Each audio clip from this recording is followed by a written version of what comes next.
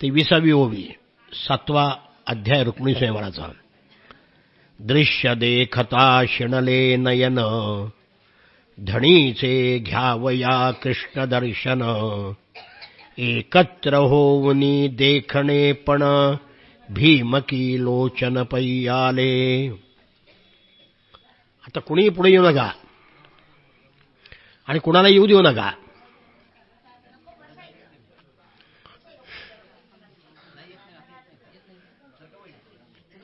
सरका पुढं. जगातलं दृश्य पाहून पाहून डोळे शिणून गेले. आता कृष्णाचं दर्शन मनसोक्त आणि पुरेपूर घ्यावं म्हणून सारी दृष्टी डोळ्यामध्ये एकवटली होती. अंबिका मंदिरातून रुक्मिणी बाहेर पडल्यानंतर तिच्या रक्षणार्थ असलेल्या सगळ्या सैनिकांनी तिचं सौंदर्य पाहिलं. त्या सौंदर्याचं वर्णन नाथ महाराज करतायत. स्त्री सौंदर्याचं वर्णन सुद्धा सात्विकपणे करता येतं. त्याला सुद्धा परतत्वाचा स्पर्श देता येतो, हे नाथांनी आपल्या वर्णनामध्ये सांगितलेलं आहे. घनसावळा श्रीकृष्ण पाहायचा होता म्हणून बुभळ काळी झाली होती. काळा पाहायचा आहे म्हणून बुभळ काळी झाली होती.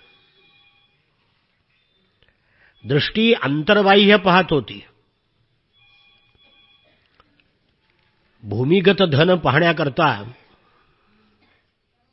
अंजन घालतात डोळ्यामध्ये, तसं कृष्णघन पाहण्यासाठी डोळ्यात जणू अंजन घातलं होतं गुरुकृपेचं.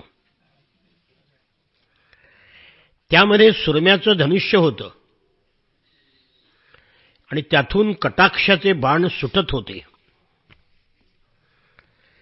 भीमकीच्या कटाक्ष बाणाने मदन सुद्धा ठाईच्या ठाई बेशुद्ध पडला. भीमकी कटाक्षाच्या घाई, मदन पाडिला ठाईच्या ठाई. सुरनरांचा पाडकाई, निधडा पाही श्रीकृष्ण.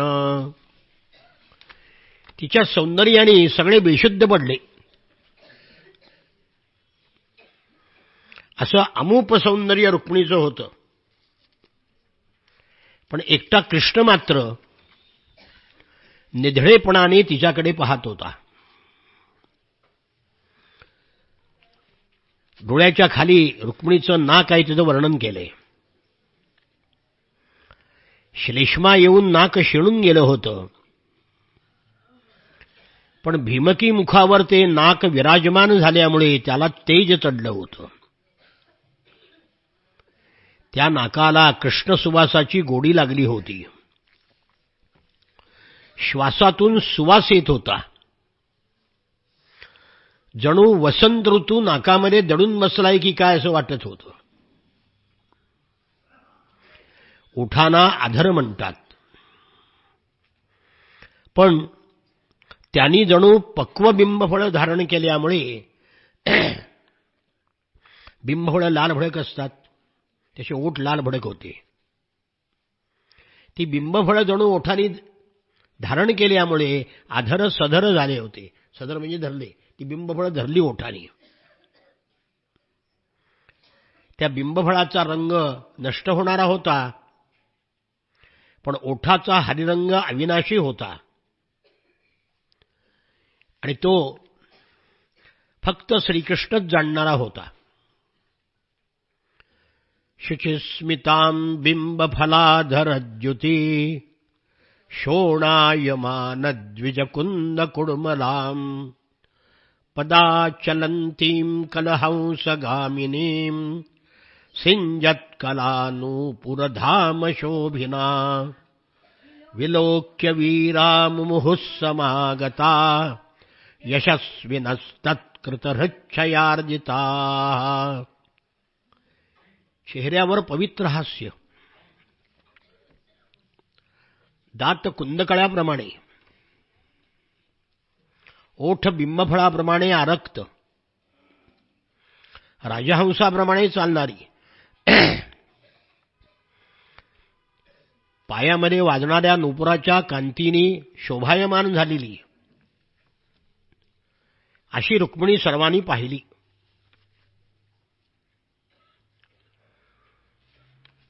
नाथ महाराज म्हणतात, मुखातून तिच्या दंतपंक्ती दिसत होत्या. दाताचं वर्णन नाथांनी जसं केलंय तसं संस्कृत काव्यात सुद्धा कुणाला करता आलं नाही. मुखा माझी दंतपंक्ती, जैशा ओंकारा माझी श्रुती, चौकीचे चार चारी धडकती, सोहम स्थिती सोलिव. मुखामध्ये दंतपंक्ती अशा दिसत होत्या की ओंकारामध्ये वेदमंत्र दिसावेत. श्रुती म्हणजे वेदमंत्र. आणि त्या दातातून सोहम सोहम हा मंत्र बाहेर येत होता. आधराच्या खाली म्हणजे ओठाच्या खाली हनवटी गोरेपणाने सुंदर दिसत होती. त्यावर कृष्णाची श्यामल प्रभा पडल्याने हनवटी उठून दिसत होती. नाकामध्ये मोती होता. हे म्हणजे मोती म्हणजे मुक्त. मुक्त पुरुषांना कृष्णाची प्राप्ती झाली नाही म्हणून मोत्याच्या रूपाने येऊन ते रुक्मिणीच्या नाकामध्ये विराजमान झाले होते. आता तरी कृष्णाची प्राप्ती होईल.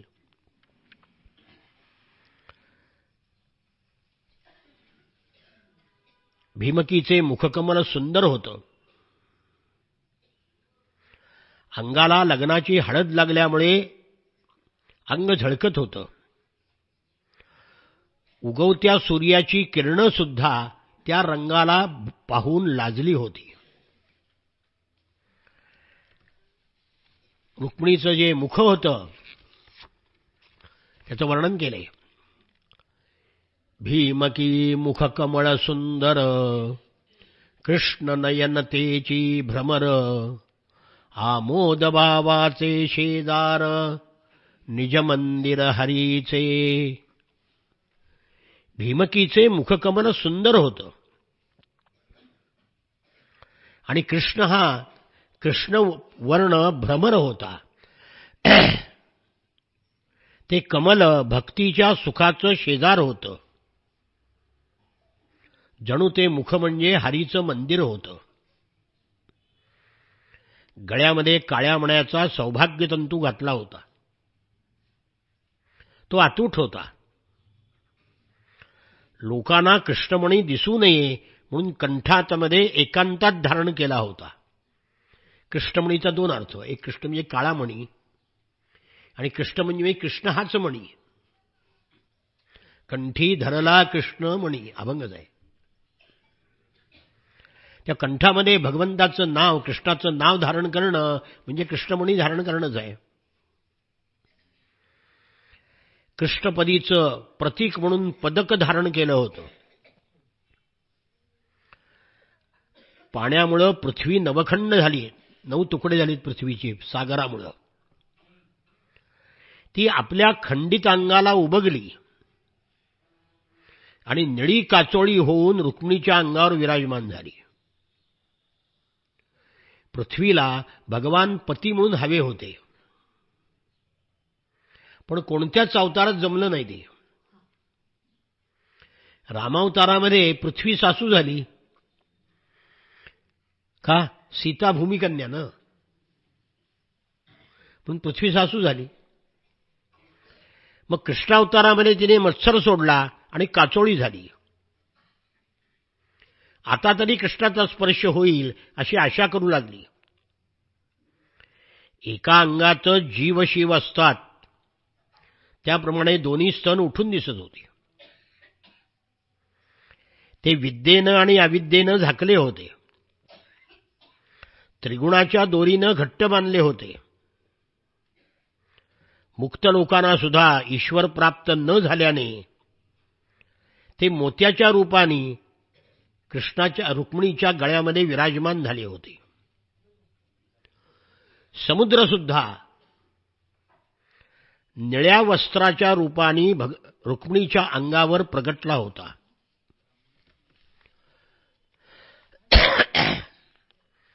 माझ्या गोऱ्या गोमट्या सुंदर कन्येला दृष्ट लागेल, कारण रुक्मिणी ही लक्ष्मी समुद्रातून निर्माण झाली, म्हणून रुक्मिणी समुद्र कन्या लक्ष्मीच्या रूपाने.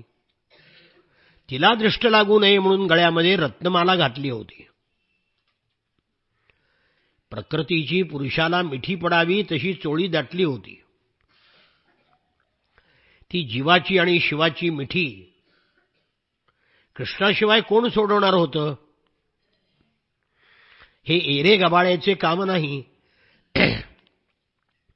हातातील कडी, बाहूवरील बाजूबंद म्हणजे शम आणि दम होते. शम म्हणजे मनावरचं नियंत्रण आणि दम म्हणजे शरीरावरचं नियंत्रण.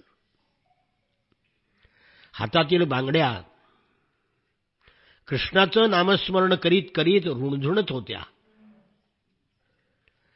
क्षणाक्षणाला उजळणाऱ्या दिशाप्रमाणे 10 दिशाप्रमाणे 10 बोटं शोभत होती. त्यामध्ये दशावताराच्या लीला सांगणाऱ्या 10 अंगठ्या होत्या. तळहाताचे रंग पाहावेत तर संध्याकाळी आकाशातले रंग सुद्धा त्याच्यापुढे फिके. सोने आटवून मेखला तयार केली. त्यामध्ये कृष्णासारखा घननील मणी जडवला. दोन्ही बाजूला मोती जडवले आणि ती मेखला कटीवर अधिकच शोभत होती. कृष्ण तिच्याकडे आकर्षला गेला. रुक्मिणी किती भाग्यवान. साक्षात परमेश्वराला जिने वेध लावला अशी ती रुक्मिणी. किती वर्णन करावं. पायामध्ये नूपुरं वात्या वाजत होत्या. सगळं सैन्य टक लावून रुक्मिणीच्या सौंदर्याकडे पाहत होते. देहभान विसरले होते. हे बघून यां वीक्षते नृपतयस्तदुदारहास व्रीडावलोकहृतचेतस उज्जितास्त्राः पेतुक्षितौ गजरथाश्वगता विमूढा यात्राच्छलेन हरयेर्पयतीं स्वशोभाम्. भगवंताला ती आपल्या सौंदर्याची शोभा दाखवत होती, पण तिचं सौंदर्य, तिचं मुक्त हास्य पाहून, लज्जायुक्त दृष्टी पाहून राजे इतके मोहित झाले की बेशुद्ध पडले. नाथ म्हणतात, मदनानी त्यांना बेशुद्ध केलं. मदनानी विचार केला, माझी अभिलाषिती जननी म्हणोनी विंधिले कामबाणी वीर पडिले धरणी कामबाणी मूर्छित. मदन म्हणाला, मी हिच्या पोटी जन्माला येणार आहे, रुक्मिणीच्या पोटी. आई आहे माझी ही उद्याची, आणि माझ्या आईकडे वाईट नजरेने बघता. म्हणून त्यांनी मोहनास्त्र सोडलं आणि सगळे बेशुद्ध पडले. कामबाणाने मोठे मोठे वीर खाली बेशुद्ध पडले. कसे पडले? कामे हरितल्या दृष्टी धनुष्ये गळाली पै मुष्टी भीमकी राखावी गोरटी हेही पोटी विसरले. रुक्मिणीच्या सौंदर्याकडे बघून मनामध्ये काम निर्माण झाला आणि कामानी दृष्टी अंध झाली. हातातून धनुष्य गळून गेली.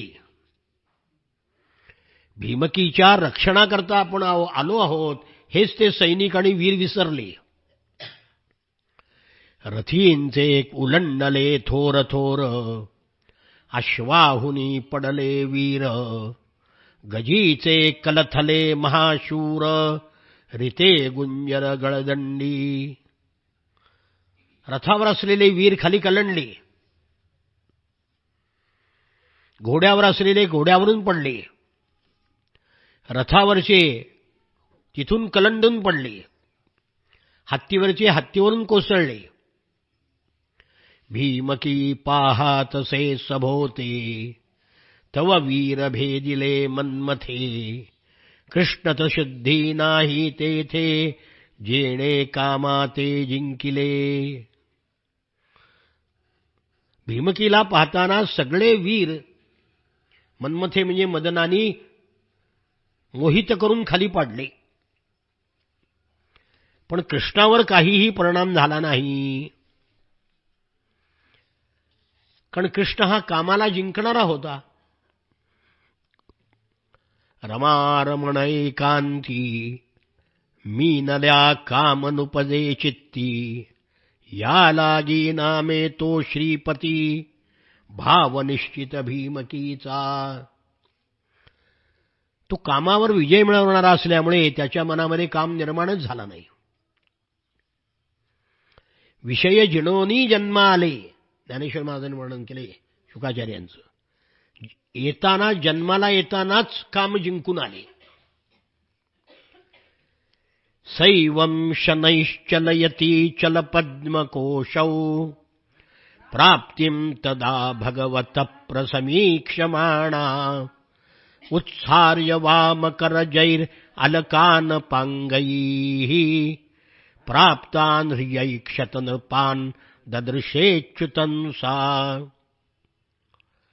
अशा प्रकारे रुक्मिणी श्रीकृष्णाची प्रतीक्षा करत होती, म्हणजे वाट बघत होती. कमलाप्रमाणे कोमल पायांनी चालत होती, हळूहळू हळूहळू. मुखावर आलेले केस डाव्या हाताच्या बोटांनी दूर केले आणि तिथे असलेल्या राजाकडे लाजून पाहिले आणि मग कृष्णाचं दर्शन झालं. सगळं सैन्य, इतर राजे बेशुद्ध पडले आणि समोर कृष्णाला पाहिलं. कसा दिसला? कामबाणी नवेच्युत, या लागी नावे तो अच्युत, भोग भोगुनी भोगातीत, कृष्णनाथ निर्धारे. कामबाणाने जो च्युत झाला नाही म्हणजे खाली पडला नाही, म्हणून त्याचं नाव आहे अच्युत कृष्णाचं. भोग भोगून सुद्धा भोगाच्या पलीकडचं आहे. अशा कृष्णाला निर्धाराने पाहिलं. कृष्णाला पाहायला नजर वर गेली, ते डोक्यावरचे केस डोळ्यावर आडवे आले, ते मुठीनं धरून बाजूला सारले, ते बांधून टाकले डोक्यात. कृष्ण पहावया भाव एक, तो तव अर्काचाही आदि अर्क, नयनी नयना प्रकाशक, यदुनायक केवी दिसे. अर्काचाही आदि अर्क, अर्क म्हणजे सूर्य, तो सूर्याचाही आदि सूर्य आहे, म्हणजे सूर्यालाही प्रकाशित करणारा तो आहे, डोळ्यालाही तोच प्रकाशित करतो. तो यदुनायक कृष्ण कसा दिसतो हे पाहण्याकरता तिने दृष्टी वर केली. निज भावे पाहे गोरटी, तव जगजेठी तव घनश्याम पाहे दृष्टी, लाजावृत्ती उफराटी, तव जगजेठी पावला. तिनं वर पाहिलं आणि तिला कृष्ण दिसला. लाजेनं तिने मान खाली घातली,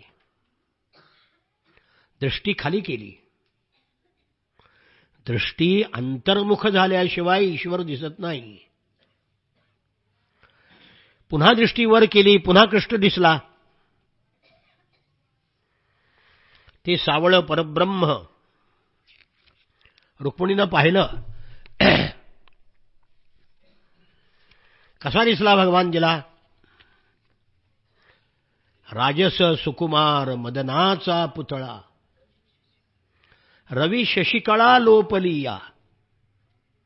राजस सुंदर, सुकुमार, मदनाचा पुतळा. अरे तो मदनाचा बापच आहे, मदन पोटी जन्माला आलाय त्याच्या पुढं. रवी शशिकळा, सूर्याचं तेज आणि चंद्राचं तेज सुद्धा त्याच्या पुढं फिकं पडलं. त्याच्या देहामध्ये दिव्य तेज जणू एकत्र जमलं होतं. निळ्या कमळालाही रंग देणारे, इंद्रनील मण्यालाही तेज देणारे ते सौंदर्य होते. पाचूला सुगंध यावा, आनंदाला हात पुठावेत असं शरीर दिसत होतं. मस्तकाला मुकुटाने शोभा आली आहे का मस्तकाने मुकुट शोभतो आहे, कवणे कवणा अलंकारले हे कळत नव्हतं. ते श्यामसुंदर रूप पाहून तिचे डोळे तृप्त झाले. कृष्णाकडे पाहत असतानाच ती निघाली, चरणचाली निघाली. वीरांच्या अभिमाना झाला अस्त, माध्यान्नी आला गभस्त. मुहूर्ती मुहूर्त अभिजित, समयो वर्तत लग्नाचा. माध्यान्नी सूर्य आला होता. रुक्मिणी कृष्णाकडे रथाकडे निघाली, मात्र ताटातूट झालेली चक्रवाकी चक्रवाकाला शोधण्यासाठी गेली. मानस सरोवर सोडून राजहंसी परमहंसाकडे चालली होती. जणू कल्पवेली कल्पवृक्षाकडे चालली होती. उन्हाने तप्त झालेली चातक प्रणयिनी त्रिशार्त होऊन नवघना सन्मुख चालली होती. किंवा विषयांकुर सोडून बुद्धिमान हरिणी आपल्या कृष्णमृगाला भेटायला आली होती. गंगा सागराकडे चालली होती. प्रत्यक्ष रतीच मदनाला भेटायला चालली होती. दोन मैत्रिणी आणि रुक्मिणी अशी त्रिवेणी तिथे झाली होती. आणि त्यात प्रयाग क्षेत्रावरचा कृष्ण हा अक्षय वट होता. जेथे भवबंध सहज सुटतो तिथे जगाच्या उद्धारासाठी तीर्थराज प्रकट होतो. कृष्णाला पाहताच इंद्रिय परांगमुख झाली. कृष्णाची मूर्ती अंतःकरणामध्ये ठसली. समोर पाहिलं चतुर्भुज रूप, शंख चक्र पद्म गदा धारण केलेलं, कंठामध्ये कौस्तुभमणी झळाळत होता. मुखचंद्रावर मंद हास्य होतं. उमललेल्या कमळाप्रमाणे दोन्ही नेत्र टवटवीत होते. कानामध्ये दिव्य कुंडल झळकत होती. नाक सरळ आणि उन्नत होतं. भिवया लतेसारख्या वळल्या होत्या. कपाळावर केशराचा टिळा होता. त्यावर कस्तुरीचा बिंदू शोभत होता. डोक्यावर मृदू आणि कुंतल केस मुकुटातून बाहेर दिसत होते. गळ्यामध्ये फुलांचाही हार होता. मनगटावर रत्नखचित कडी, बाहूवर भूषण आणि महत्वाचं म्हणजे छातीवर श्रीवत्स लांछन शोभत होतं. कासे पीतांबर विजेप्रमाणे झळकत होता. साक्षात शृंगाराधिपती मदनाचा पिताच जणू अवतरला होता. विश्वाच्या नयनाला रमविणारा कृष्ण समोर पाहिला आणि योग्याला ईश्वर भेटावा असं रुक्मिणीला वाटलं. माध्यान्नी सूर्य आला. मुहूर्ती मुहूर्त अभिजित, समयो वर्तत लग्नाचा. काळ सावधान म्हणत, सूर्य लग्न घटिका पाहात. वियोगांत पट सोडित, भावार्थ म्हणत ओम पुण्याहम. आकाशामध्ये अभिजित नक्षत्र होतं. साक्षात काळ सावधान म्हणाला. सूर्याने लग्नघटिका पाहिली. विरहाचा अंतःपट सुटला. भावार्थाने ओम पुण्याहम म्हटलं आणि रुक्मिणी कृष्णाकडे पाहायला लागली. भीमकी पाहे कृष्णवदन, नयनी गुंतले नयन, दोहीचा एक झाला प्राण, पाणी ग्रहण जीव शिवा. भीमकी कृष्णाच्या मुखाकडे पाहू लागली. नेत्रामध्ये नेत्र गुंतले. दोघांचा प्राण एक झाला.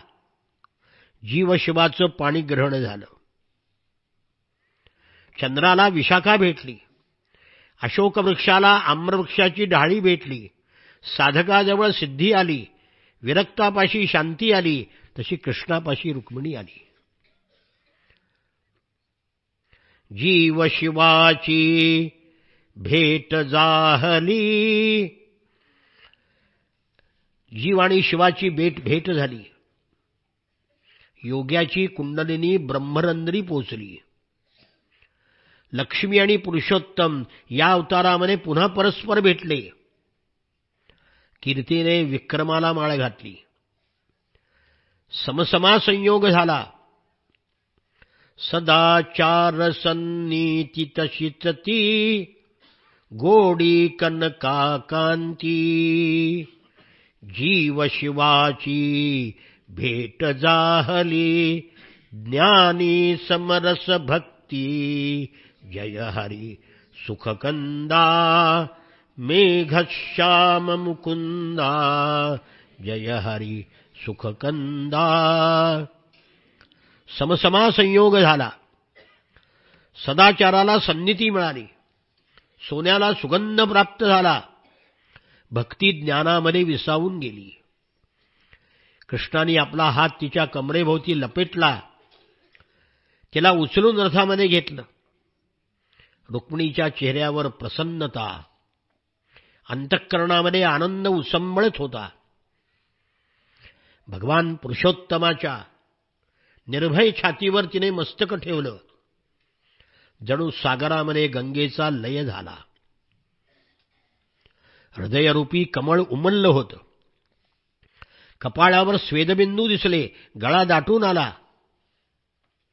कृष्णस्पर्शाने अंगावर रोमांच फुलले. विरह वियोगाचा ताप संपला.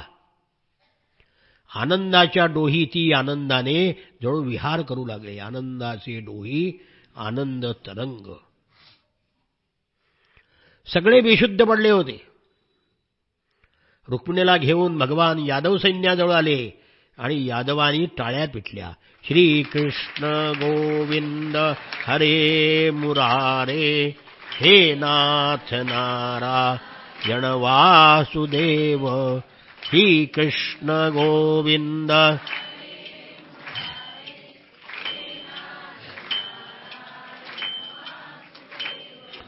प्रद्युम्न दामोदर विश्वनाथ, मुकुंद विष्णु भगवन् नमस्ते.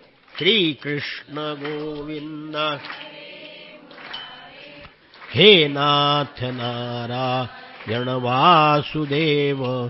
प्रद्युम्न दामोदर विश्वनाथ.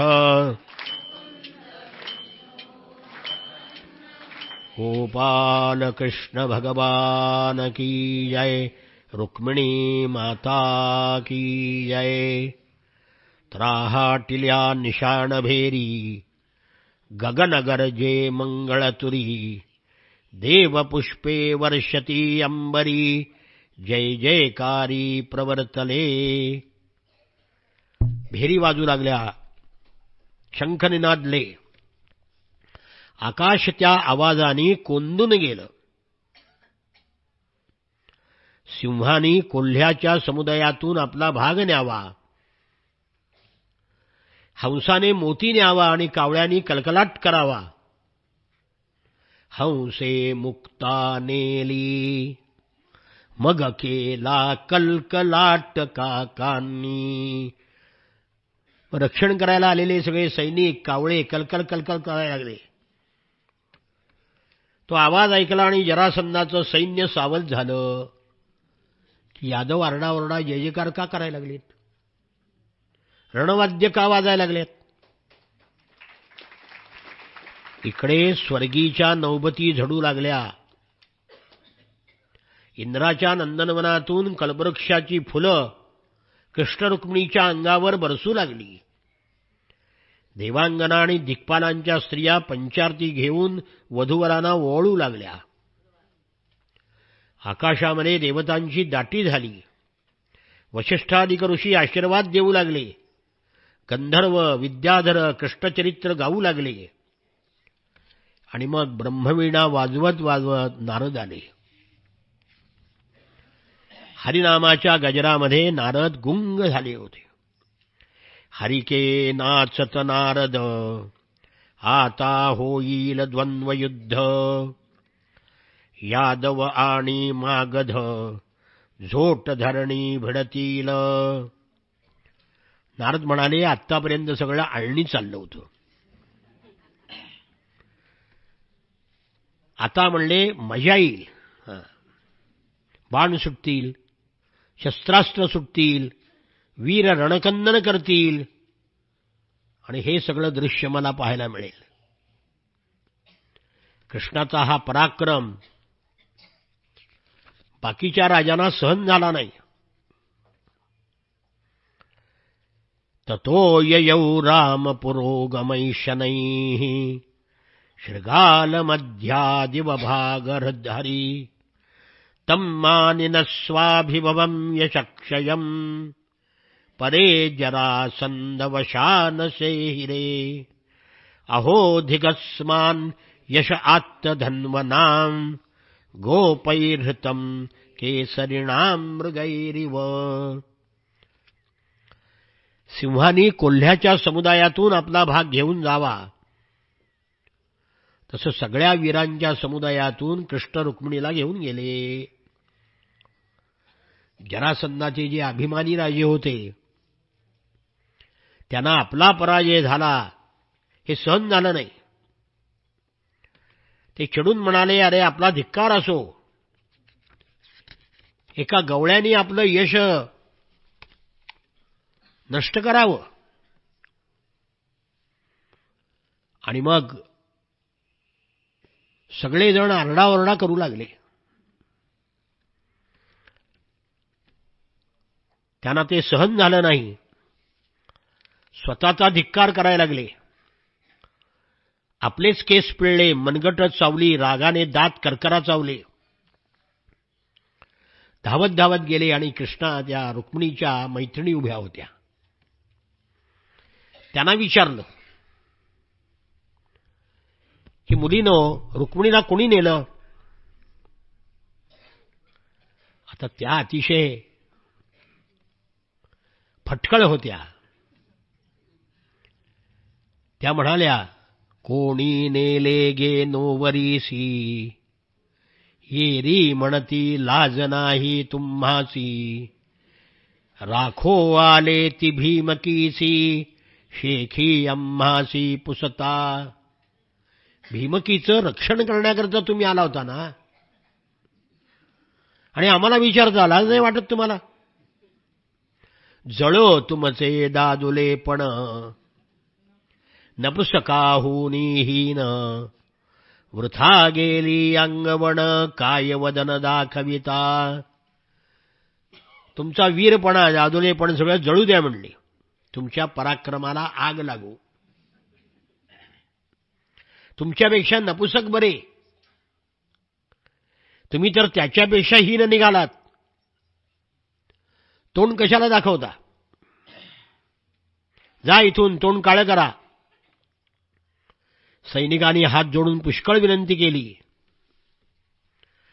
मग त्यांनी कुठे हे सांगितलं नाही, त्याचं वर्णन केलं. स्यंदने गरुडके तुमंडिते कुंडिनेशतनयाधिरोपिता केनचिन्नवतमाल कोमल श्यामलेन पुरुषेण नीयते. कोणी नेले ऐकायचंय? ऐका. गरुडध्वज धळके जासी तोडर गरजे चरणेसी वीज बांधिली मेखळेसी तैसा कासेसी पीतांबर टिळक रेखिला पिवळा मुकुट कुंडले वनमाळा डोळस सुंदर सावळा भीमकबाळा तेणे नेली. कृष्णाने नेली म्हणून नाही सांगितलं, वर्णन केलं. ज्याच्या रथावर गरुडध्वज आहे, कमरेला पीतांबर आहे, कपाळावर पिवळा तिलक आहे, कानामध्ये कुंडल, गळ्यामध्ये हार आहेत, तमाल वृक्षाप्रमाणे श्यामल आहे, अशा एका पुरुषाने रुक्मिणीला नेलं आहे. तुमचा धिक्कार असो. अशा प्रकारे रुक्मिणीच्या सख्यानी सैनिकांची कानउघाडणी केली. सैनिक खवळले. हातामध्ये शस्त्र घेऊन त्या रथाच्या मागोमाग निघाले. रथाची चाकं खडखडू लागली, धूळ उडी लागली, आकाश धुळीनं कोंदून गेलं. घोड्यावर खोगीर घातले, लगाम लावले. तेजाळ घोडे थैथै थै नाचू लागले, फुरफुरू लागले. घोड्याच्या खिंकाळण्याचे ध्वनी उठले. हत्ती निघाले, त्यांच्या गळ्यातील घंटा वाजायला लागल्या. गंडस्थळातून मध स्रवू लागला. हत्तीस्वार त्याच्यावर आरूढ झाले. काही उंटावर स्वार झाले, काही खेचरावर, काही गर्जना करू लागले, काही जण चित्कार करू लागले. सैनिक म्हणाले, आम्ही प्रचंड रणयोद्धे, महारथी, धनुर्धारी, वधूला घेऊन कुठे पळतील म्हणून पाठोपाठ निघाले.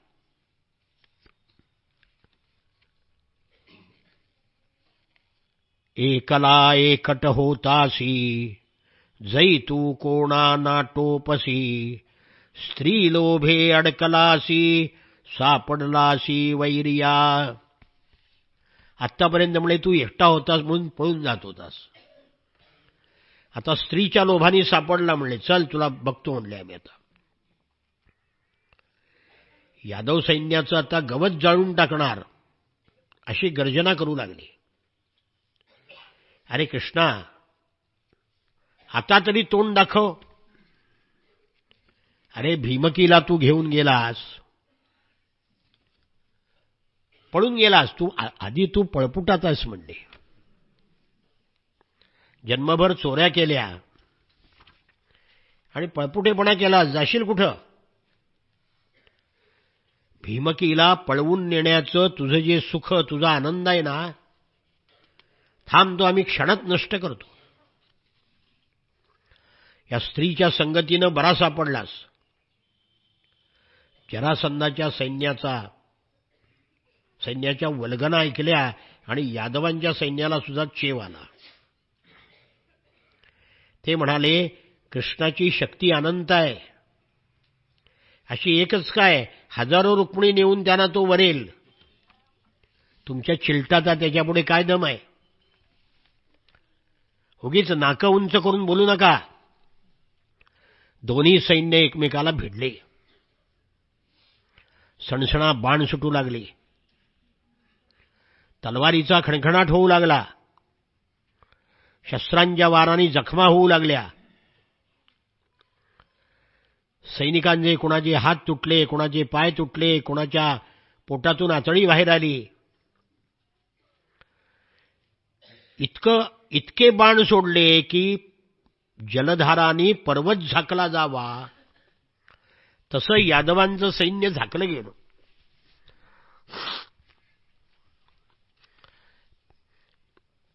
पत्युर्बलम शरासारै छन्नं वीक्षसु मध्यमा सव्रीडमैक्षत्तद्वक्त्रं भयविह्वललोचना यादवाचं सैन्य शत्रूच्या बाणांनी झाकून गेलं आहे हे रुक्मिणीनं पाहिल्यावर ती थोडीशी घाबरली. तिला वाटलं आता सासर आणि माहेर दोघांचं युद्ध सुरू झालं. हे माझ्यामुळे झालं म्हणून लोक मला दोष देणार. माझे भाऊ रणामध्ये पडतील. सासरी म्हणतील ही वैरिणी कशाला आणलीस, हिच्यामुळे युद्ध घडलं. ती भयानी व्याकुळ झाली. भगवान म्हणाले, रुक्मिणी घाबरू नकोस.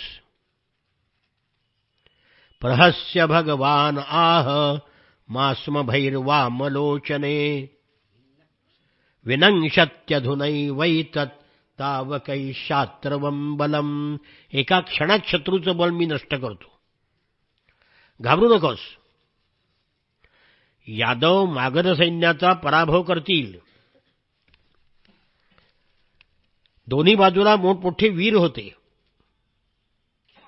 यादवांच्या बाजूला बलराम, कृतवर्मा, गद, सारण, सात्विक, चक्रदेव, श्वफल्क, सात्यकी, कंक हे यादवांचे वीर होते. जरासंधाच्या बाजूनी जरासंध, शाल्व, पौंडक, विदुरथ, वक्रदंत, याशिवाय जरासंधाबरोबर आणि रुक्मीच्या बाजूनी वंगराज, कारुष, कलिंगराज हेही लढत होते. कृष्णाचा धाकटा भाऊ गद याचंही युद्ध पेटलं, जरासंधाचं आणि त्याचं. जरासंधाचे वीर बडबडायला लागले, यादवांचं बळ किती, थोड्या वेळात आम्ही पळवून लावतो. इकडे पौंड्रक कृतवर्म्यावर चालून गेला.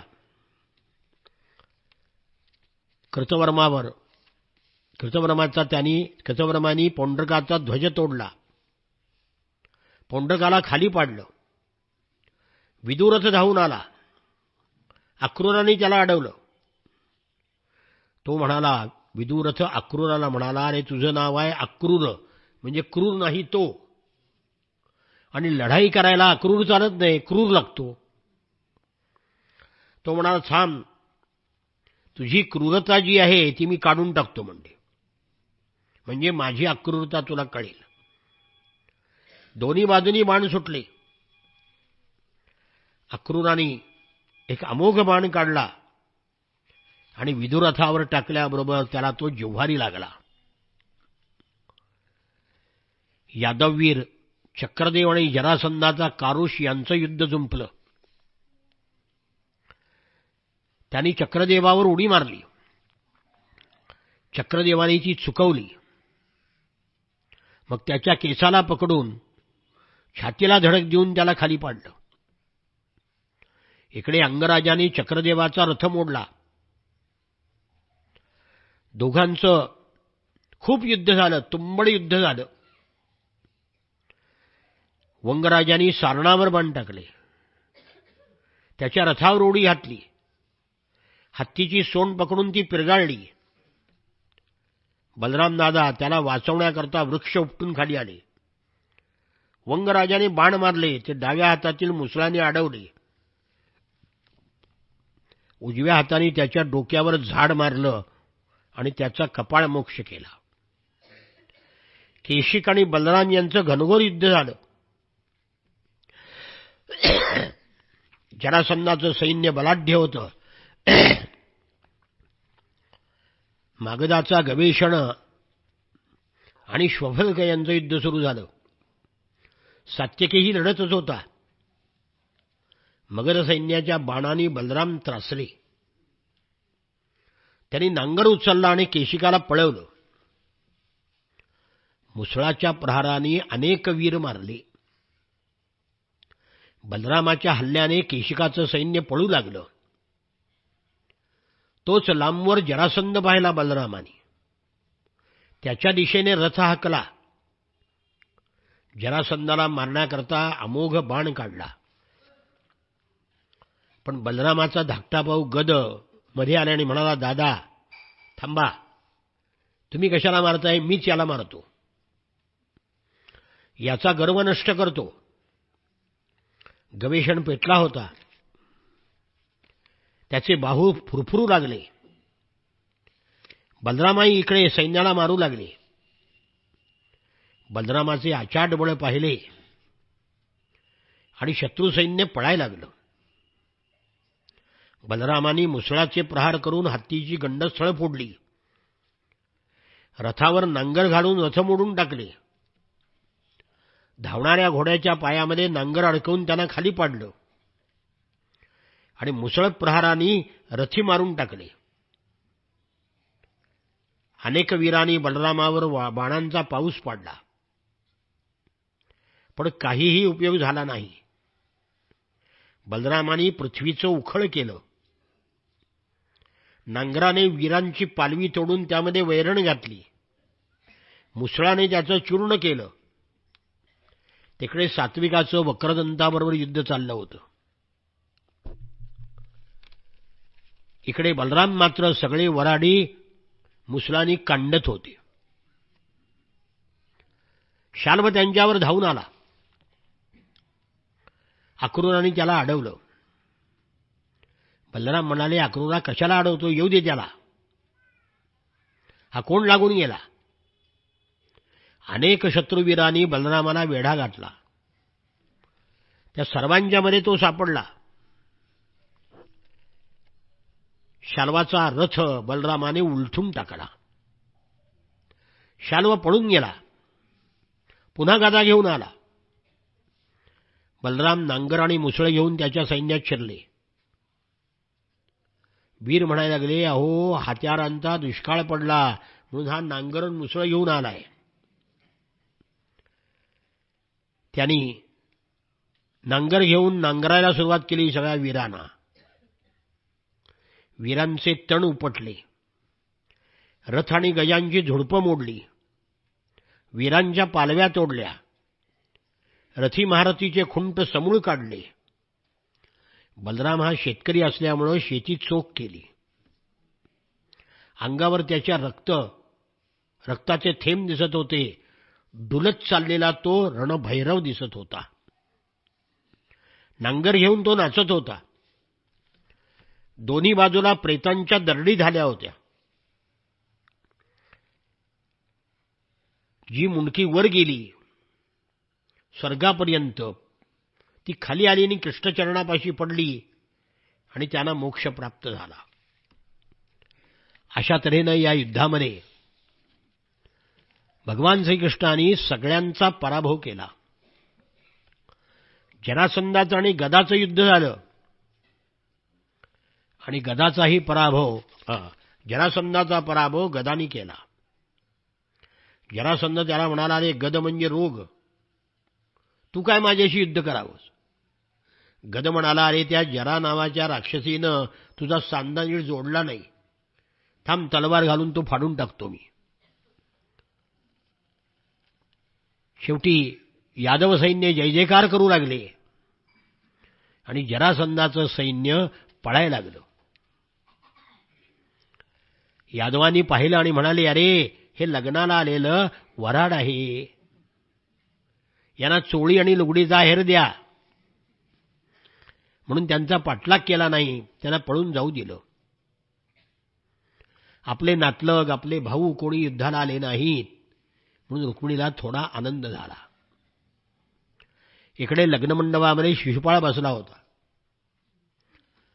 त्याला पराकाष्ठेचं दुःख झालं होतं. डोळे पांढरे झाली होती, मुखातून लाळ गळत होती, शरीरातलं त्राण गेलं होतं. सेवकांनी त्याला आधार दिला. त्याला नैराश्याचा झटका आला. गात्र शिथिल झाली. एका गवळ्याने आपल्या वधूला घेऊन जावं हे त्याच्या जिव्हारी झुमलं होतं. इतक्यात मंडपाच्या द्वारावर कोलाहल झाला. सैन्याचा पराभव झालेला शिशुपालाच्या आईला कळलं. ती रडायला लागली, अंबिका आमच्यावर कोपली. मृत्यूपंचकाच्या वेळी हे लग्न मांडलं. तिने आक्रोश केला. शिशुपाल बेशुद्ध पडला. आणि मग जरासंध आला. जरासंधाला शिशुपालाचं मुख निश्चित झालेलं पाहिलं. ओठ वाळून गेले होते, लाजेने मान खाली गेली होती. त्यांनी उपदेश केला की शिशुपाला, आता युद्ध करू नकोस. काळ यादवांना अनुकूल आहे. मी 17 वेळा युद्ध केलं, पण मला एकदा जय मिळाला. युद्धामध्ये जय विजय हा दैवाधीन असतो. आज दैव यादवांना अनुकूल आहे, तेव्हा त्यांच्याशी युद्ध करू नकोस, परत चल. म्हणून सगळे परत निघून गेले. रुक्मीला कळलं, त्याला क्रोध सहन होईना. तो म्हणला, सगळ्यांनी तुम्ही पुरुषार्थ सोडला, मी सोडणार नाही. त्या गवळ्याला रुक्मिणीला नेऊ देणार नाही. आणि त्यांनी प्रतिज्ञा केली की कृष्णाचा पराभव करून मी जर परत आणलं नाही रुक्मिणीला, कुंडिनम न प्रवेक्ष्यामि चुक्त्वा तत्रावसदृशा. क्रोधाने तो म्हणाला की रुक्मिणीला, कृष्णाचा पराभव करून रुक्मिणीला जर मी आणलं नाही तर मी कुंडिनपुरामध्ये प्रवेश करणार नाही. सैन्य घेऊन, रथ घेऊन तो निघाला. रागाने थरथर कापू लागला. नेत्रावाटे जणू धूर निघू लागला. सारथ्याला म्हणाला, जिथे श्रीकृष्ण आहे तिथे चल. श्रीकृष्ण पुढच्या एका नदीपर्यंत गेले होते. त्याला त्यांनी गाठलं. नर्मदेपर्यंत गेले होते. रुक्मिणी दौड करून त्याला गाठला. रुक्मी अतिशय घमेंडखोर होता. सैन्य एका बाजूला उभा करून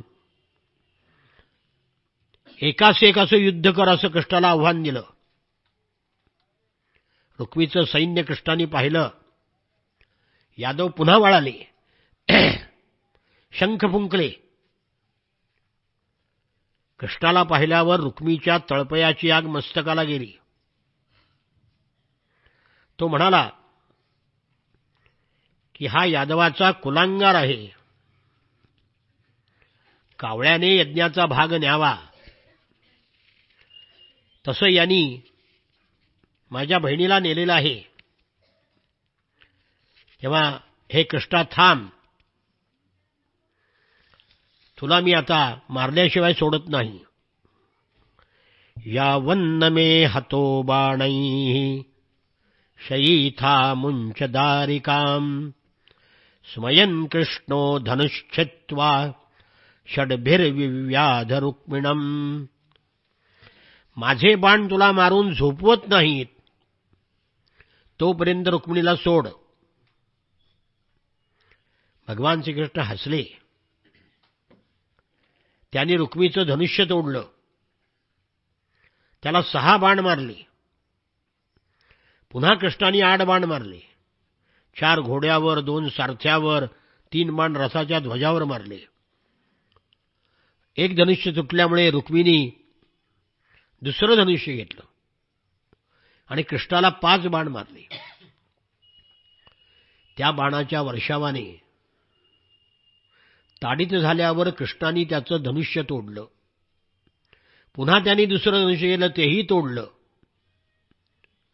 मग रुक्मिणीनं परिघ, पट्टिश, शूल, ढाल, तलवार सगळे शस्त्रांचा वापर केला. ते सगळं कृष्णाने तोडून टाकलं. मग रुक्मिणीनं रागाने हातामध्ये तलवार घेतली आणि कृष्णाला मारायकरता रथातून उडी मारली. पतंगाने अग्नीवर झेप घ्यावा तशी कृष्णावर झेप घेतली. धावून येणाऱ्या रुक्मीच्या तलवारीचे आणि ढालीचे कृष्णाने तळ्याएवढे तुकडे केले. तीक्ष्ण तलवार उपसली आणि रुक्मीला मारण्याकरता तलवार उगारली. रुक्मिणीनं पाहिलं की आता आपला भाऊ मरणार, म्हणून कृष्णाचे पाय धरले. दृष्ट्वा भ्रातृवधोद्योगम रुक्मिणी भयविह्वला पतित्वा पादयोर्भर्तुर्वाच करुणं सती. थरथर थरथर कापायला लागली, भयाने विव्हळ झाली.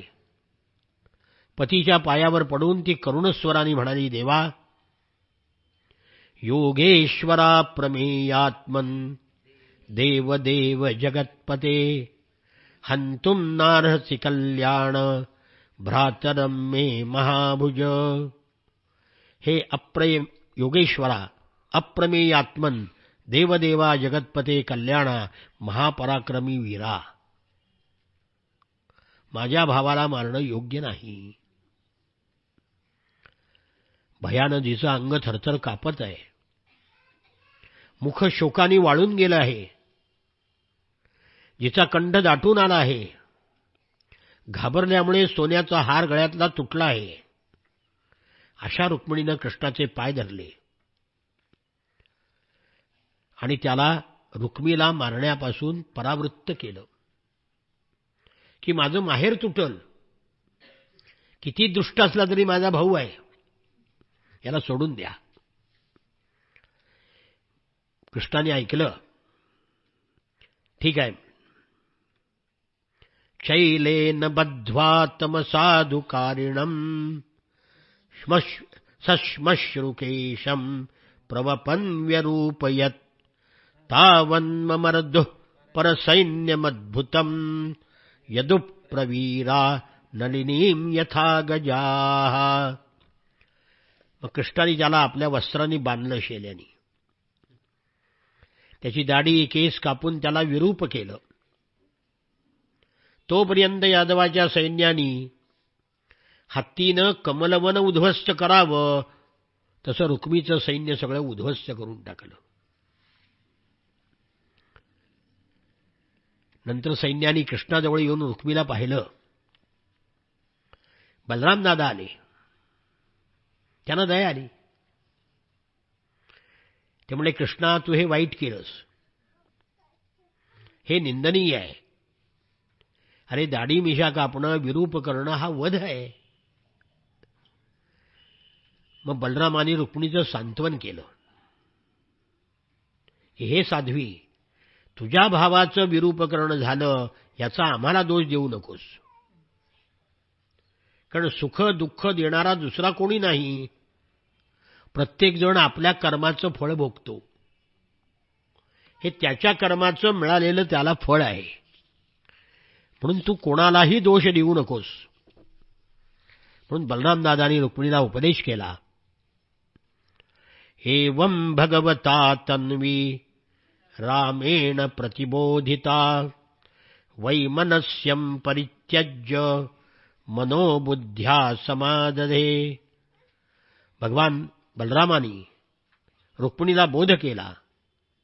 रुक्मिणीच्या मनातलं जे शल्य होतं ते निघून गेलं आणि मग सगळ्या सैन्यांना घेऊन भगवान द्वारकेकडे निघाले.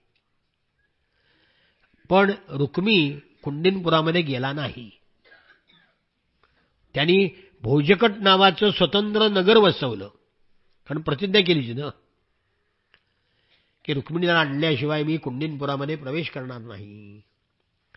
चक्रे भोजकटं नाम निवासाय महत्पुरम् अहत्वा दुर्मतिं कृष्णम् अप्रत्यूह्य यवीयसीम् कुंडिनं न प्रवेक्ष्यामि त्युक्त्वा तत्रावसदृशा. कृष्णाला मारल्याशिवाय, बहिणीला परत आणल्याशिवाय मी कुंडिनपुरामध्ये प्रवेश करणार नाही, अशी रुक्मिणी प्रतिज्ञा केली होती. म्हणून तो कुंडिनपुरामध्ये गेला नाही. शेजारीच त्यांनी भोजकट नावाचं नगर वसवलं आणि तिथे राहायला लागला. आणि मग भगवान रुक्मिणीला घेऊन सैन्यासह द्वारकेला निघाले.